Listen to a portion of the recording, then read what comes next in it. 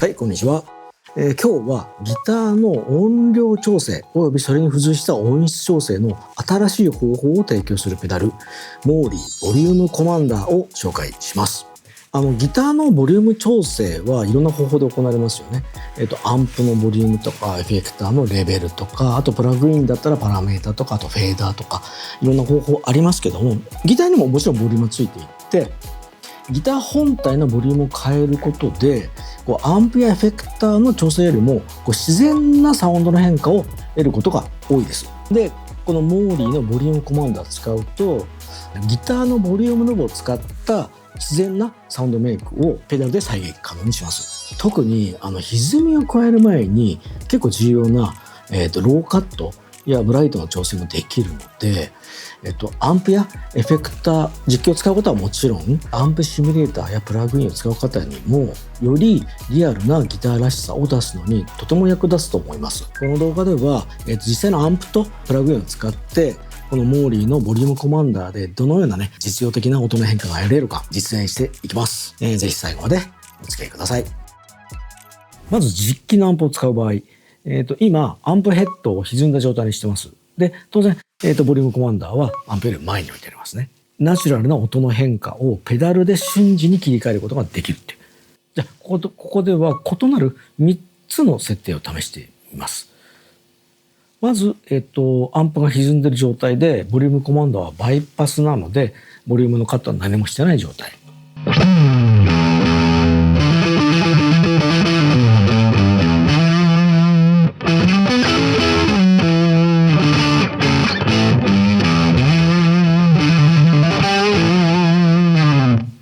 っていう、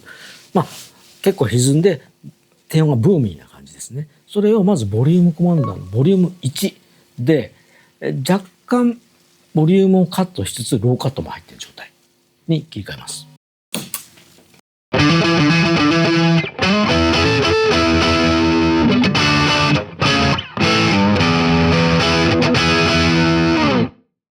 もう一回振る。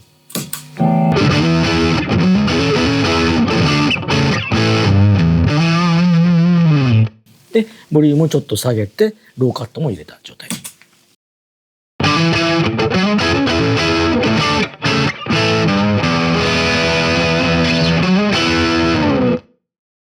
これは結構いいでしょ。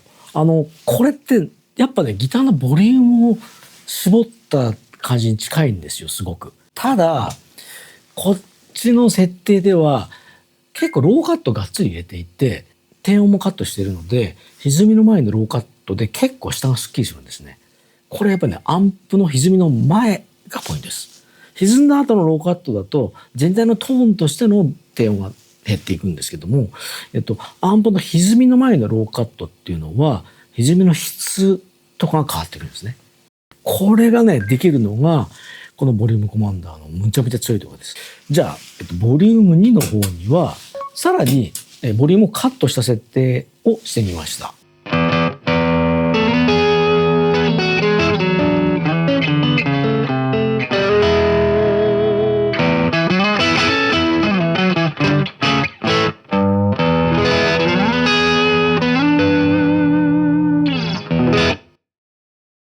もう一回振る。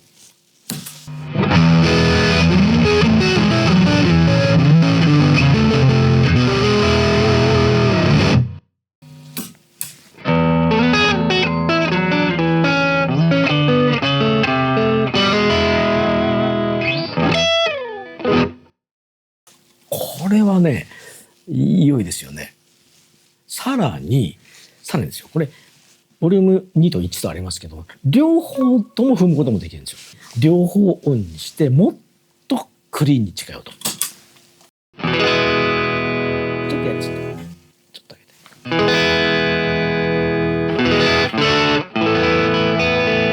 て。これはなかなかいいですよ。これすごくないですか？全部バイパスで、ギターのボリュームはフル、また変わらないで、状態が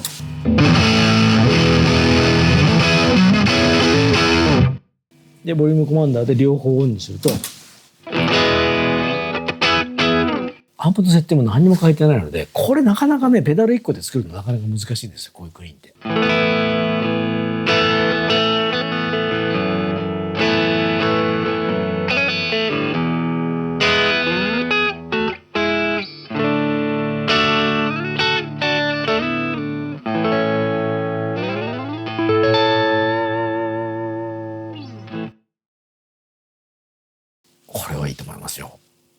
多分ここまでご覧になって、だったらギターのボリュームをいじればいいんじゃないかって思われる方もいらっしゃるかもしれないです。ある意味そうなんですが、ただ、ボリュームコマンダーを使う利点ってのはもちろんあっ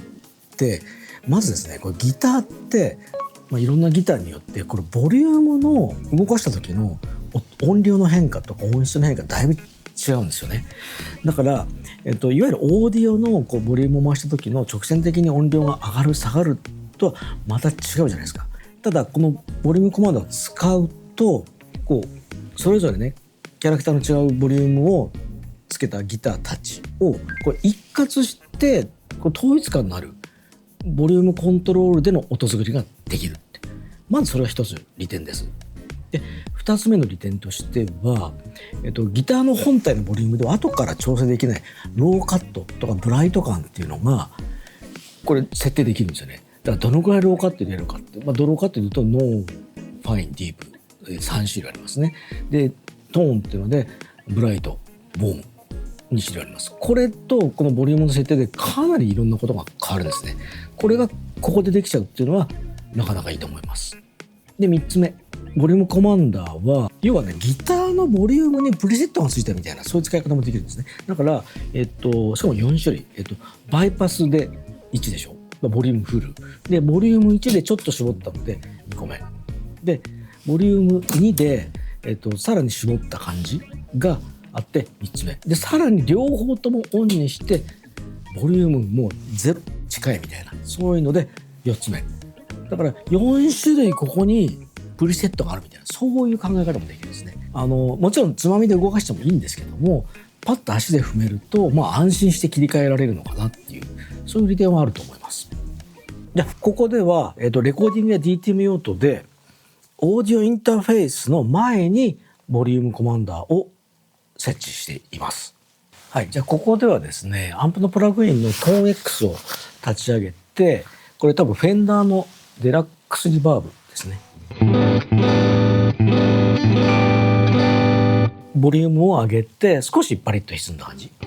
これはこれでいいんですよ。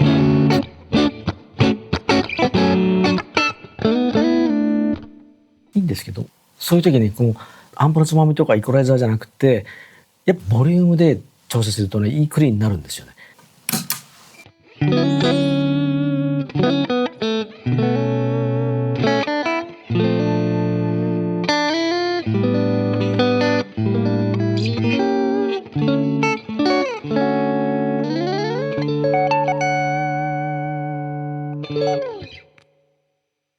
こういうのってやっぱりねつまみいじるとかっていうよりはギターのボリュームで結構作ったりするんですが、さらにここではちょっと具体的に言うとローカットも結構がっつり入れてるんですよ。で下をさらっとさせて、あとはブライトウォームをブライトにしてちょっと上が出る感じでオフにするとでオンにすると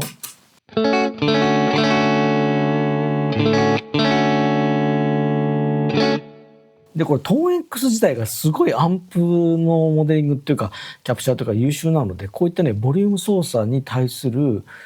反応も本当にアンプっぽいんですけども、やっぱりこのボリュームでやる感じっていうのはやっぱりならではのクリーントーンですから。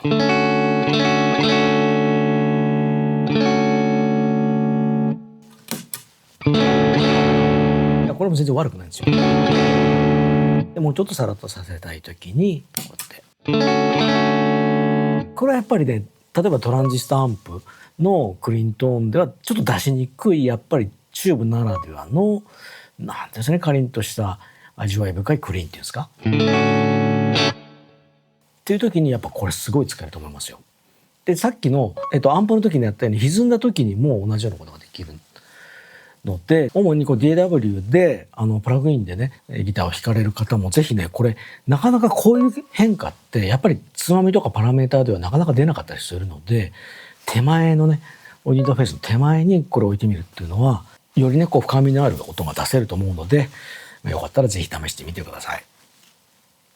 あとね今ちょっと思い出したんですけど、ギターのレコーディングをねスタジオでやるときに今みたいなフェンダー系のアンプとかでちょっとだけ歪ませた状態をボリュームを少し絞ってクリーンにするっていうやり方ってやっぱあるんですよ。その時のクリーントーンってやっぱりこうボリュームフルの時とはまた違うちょっと味わいのあるクリーンになったりするんですが、それはそれで良いんですけども、じゃあテイク取れましたという時にこう無意識にボリュームゼロにしちゃうことがあるんですよ。そうすると、その後録音する時にさっきなんだっけって忘れちゃうんですよね。なんだけどそういう時に、ボリュームコマンダーがあったら便利だよなってね今思いました。このペダルはこういつもの機材ギターとかアンプとかオーディオインターフェースとかプラグインとか使いながらも、もう一歩深みのあるサウンドを求めるギタリストにとってこれは結構いい選択ではないでしょうか。あとはねやっぱりこのギターのボリュームをプリセットできるっていうのは、とても便利なので、その機能を探している方にはバッチリですね。ここまで、モーリーボリュームコマンダーの多様な使用法とより深みのある音作りについて見てきました。さらに詳しい情報については、輸入代理店であるフックアップのウェブサイトをご覧ください。はい、というわけで今回も最後までご覧いただきありがとうございました。動画が気に入っていただけたらぜひチャンネル登録の方よろしくお願いします。それからですね、ギターサウンドの悩みを解決したい、僕に直接質問して答えを探したいっていう方、いつでも募集していますので、メンバーシップからぜひお申し込みください。というわけでまた次の動画でお会いしましょう。さよなら。